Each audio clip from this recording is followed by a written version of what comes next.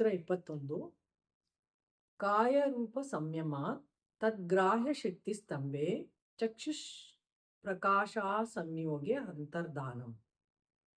ಪದಗಳ ವಿಭಾಗ: ಕಾಯ ರೂಪ ಸಂಯಮಾತ್ ತತ್ ಗ್ರಾಹ್ಯ ಶಕ್ತಿ ಸ್ತಂಭೆ ಚಕ್ಷು ಪ್ರಕಾಶ ಅಸಂಯೋಗೆ ಅಂತರ್ಧಾನ. ಕಾಯ ಎಂದರೆ ಶರೀರ, ಭೌತಿಕ ದೇಹ. ರೂಪ ಎಂದರೆ ಆಕಾರ. ಇದರಲ್ಲಿ ಬಣ್ಣ, ಎತ್ತರ, ಸ್ಥೂಲತೆ, ಸೂಕ್ಷ್ಮತೆ ಇವೆಲ್ಲವುಗಳ ವಿವರವಿರುತ್ತದೆ. ಸಂಯಮ ಅಂದರೆ ಅವಧಾನ ಮಾಡಿಕೊಂಡರೆ. ತತ್ ಅದು ಗ್ರಾಹ್ಯ. ಗ್ರಾಹ್ಯ ಅಂದರೆ ಹಿಡಿದಿಟ್ಟುಕೊಳ್ಳುವ ಸಾಮರ್ಥ್ಯ. ಶಕ್ತಿ ಎಂದರೆ ಸಾಮರ್ಥ್ಯ. ಸ್ತಂಭೆ, ಸ್ತಂಭೆ ಎಂದರೆ ಹಿಡಿದಿಟ್ಟುಕೊಂಡಂತಹ ಶಕ್ತಿಯನ್ನು ತಡೆದಿಟ್ಟುಕೊಳ್ಳುವುದು. ಚಕ್ಷುಹು ಅಂದರೆ ಕಣ್ಣಿನ. ಪ್ರಕಾಶ ಅಂದರೆ ನೋಡುವ ಸಾಮರ್ಥ್ಯ. ಅಸಂಯೋಗೆ ಅಂದರೆ ಹೊಂದಾಣಿಕೆ ಇಲ್ಲದಿರುವುದು. ಅಂತರ್ಧಾನಂ ಅಂದರೆ ಅದೃಶ್ಯವಾದ. ಭಾವಾರ್ಥ: ಪಾಮರನಿಗೆ ಧ್ಯಾನಕ್ಕೆ ಕುಳಿತಾಗ 3 ರೀತಿಯ ಸಂಪರ್ಕಗಳು ಅಂತಃಕರಣದಲ್ಲಿ ಬರುತ್ತವೆ. ಅಂದರೆ ಕಾಯದಿಂದ ಚಕ್ಷುರೇಂದ್ರಿಯ ಸಂಪರ್ಕ, ಚಕ್ಷುರೇಂದ್ರಿಯದಿಂದ ಮನಸ್ಸಿನ ಸಂಪರ್ಕ, ಮನಸ್ಸಿನಿಂದ ಸ್ಮೃತಿಯ ಸಂಪರ್ಕ. ಸ್ಮೃತಿಯಲ್ಲಿ ಹಿತ ಅಹಿತ ಅನುಭವಗಳಾಗಿ ಅಂತಃಕರಣದಲ್ಲಿ ಉಳಿದುಕೊಂಡು ಬಿಡುತ್ತವೆ. ಇವು ಧ್ಯಾನ ಮಾಡುವಾಗ ಕ್ಷೋಭೆಗೆ ಮನಸ್ಸು ಒಳಗಾಗಿ ಅಲ್ಲೋಲ ಕಲ್ಲೋಲವಾಗುತ್ತದೆ. ಆದರೆ ಯೋಗಿ ಶ್ರೇಷ್ಠನಿಗೆ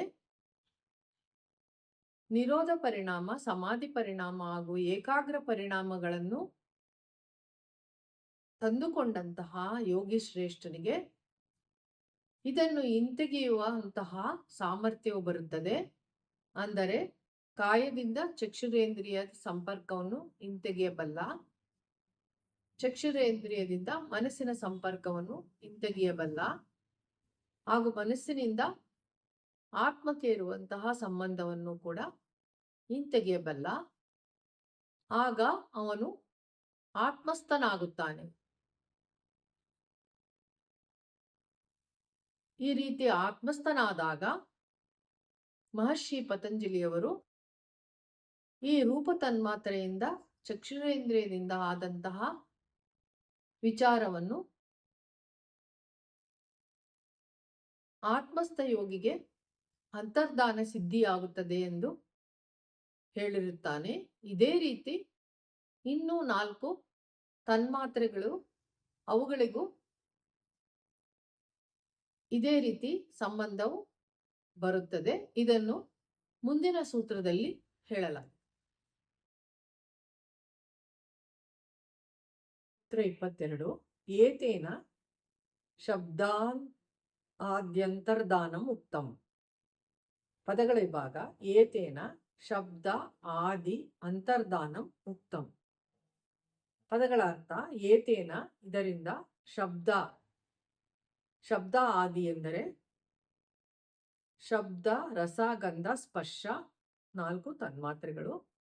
ಅಂತರ್ಧಾನಂ ಅಂದರೆ ಅದೃಶ್ಯವಾಗುವುದು. ಉಕ್ತಂ ಅಂದರೆ ಹೇಳಲಾಗಿದೆ. ಭಾವಾರ್ಥ: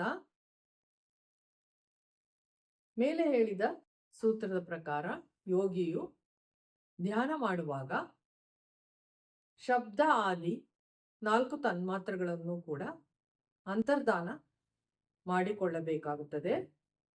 ಅಂದರೆ ಶಬ್ದ, ರಸ, ಗಂಧ ಹಾಗೂ ಸ್ಪರ್ಶ ಇವುಗಳಿಂದ ಉಂಟಾದ ಅನ್ಯಮನಸ್ಕತೆಯನ್ನು ದೂರವಾಗಿಸಿಕೊಂಡು ಅಮನಸ್ಕತೆಯನ್ನು ಪಡೆದುಕೊಳ್ಳಬೇಕಾಗುತ್ತದೆ.